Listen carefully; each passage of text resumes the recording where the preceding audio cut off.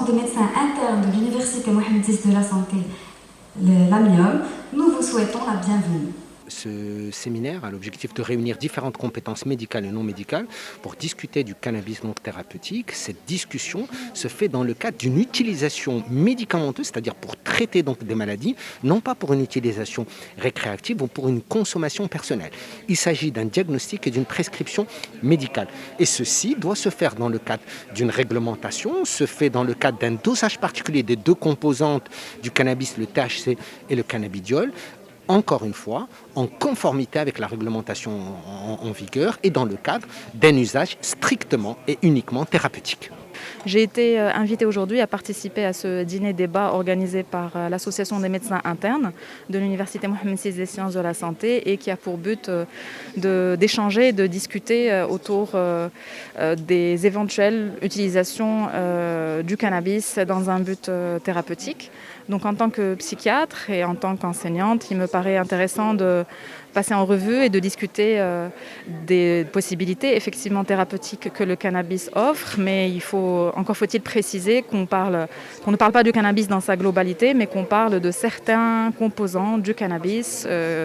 qui, à la lumière des recherches qui sont faites actuellement depuis quelques années, semblent être prometteurs. Il convient encore de confirmer ces résultats par d'autres recherches pour être bien sûr qu'on est dans une efficacité mais aussi dans une sécurité d'usage et d'innocuité.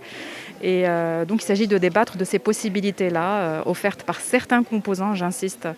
du cannabis dans certaines indications, notamment dans le champ qui m'intéresse, qui est le champ de la santé mentale. On a pu constater jusqu'à présent, en tout cas dans ce qu'on voit dans la littérature scientifique, qu'il y aurait éventuellement des indications possibles dans certaines formes de schizophrénie, dans certains troubles de l'humeur, entre autres. Donc je suis très heureuse d'avoir été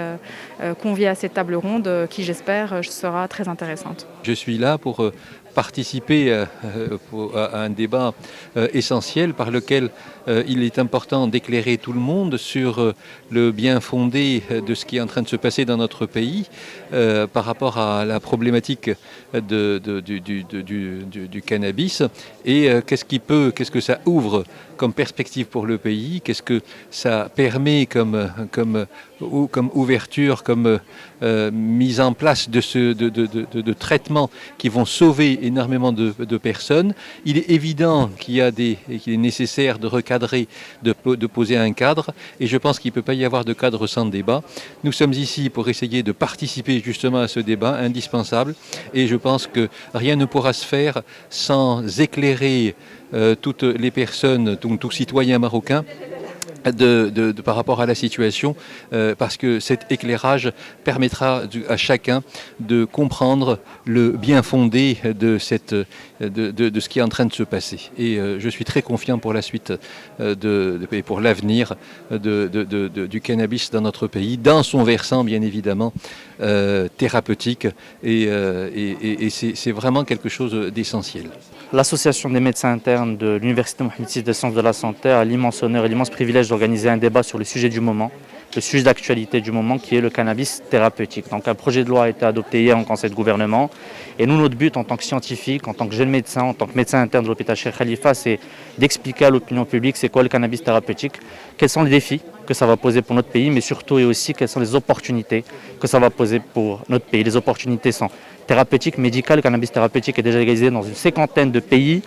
Aujourd'hui, les Nations Unies reconnaissent ces vertus thérapeutiques et aussi l'enjeu qui est économique. Donc nous pensons que les médecins de demain doivent être acteurs de la société civile et doivent expliciter justement à l'opinion publique les sujets d'actualité sur le plan thérapeutique, sur le plan pathologique. Dans le cadre de nos activités scientifiques, nous organisons en tant que médecins internes différents dîners-débats qui traitent différents sujets scientifiques,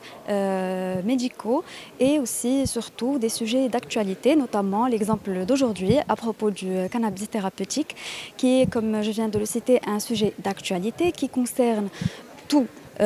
la population générale. Tout le monde se pose la question, tout le monde a des interrogations et nous, en tant qu'association des médecins internes, il est de notre responsabilité de prendre ces sujets, d'appeler différents intervenants pour éclairer au mieux ce sujet et répondre aux différentes interrogations.